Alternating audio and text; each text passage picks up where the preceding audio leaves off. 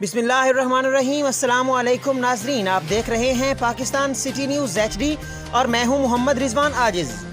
رخ کرتے ہیں تاندنے والا کا، جہاں انتظامیہ تاندنے والا حکومت کی طرف سے پیٹرولیم مصنوعات کی قیمتوں میں خاطر خواہ کمی کے اعلان کے باوجود طاقتور مافیا سے اس پر عمل درآمد کروانے میں بری طرح ناکام نظر آ رہی ہے۔ مزید تفصیلات جانتے ہیں ڈپٹی بیورو چیف فیصل آباد علی حسن صابری سے۔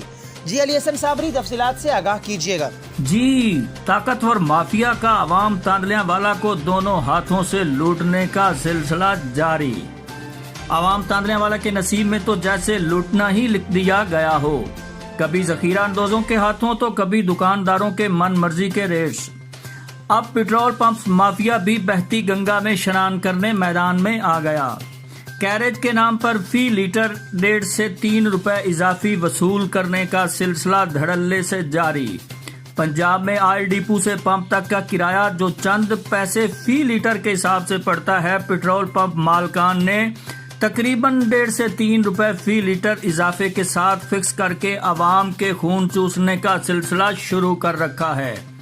اسسٹنٹ کمشنر تاندلیاں والا نے متعدد پیٹرول پمپس مالکان کو اضافی ریٹس پر بھاری بھرکم جرمانے بھی کیے، تاہم اضافی ریٹس پیٹرولیم مصنوعات کی فروخت کا سلسلہ ہے کہ رکنے کا نام نہیں لے رہا۔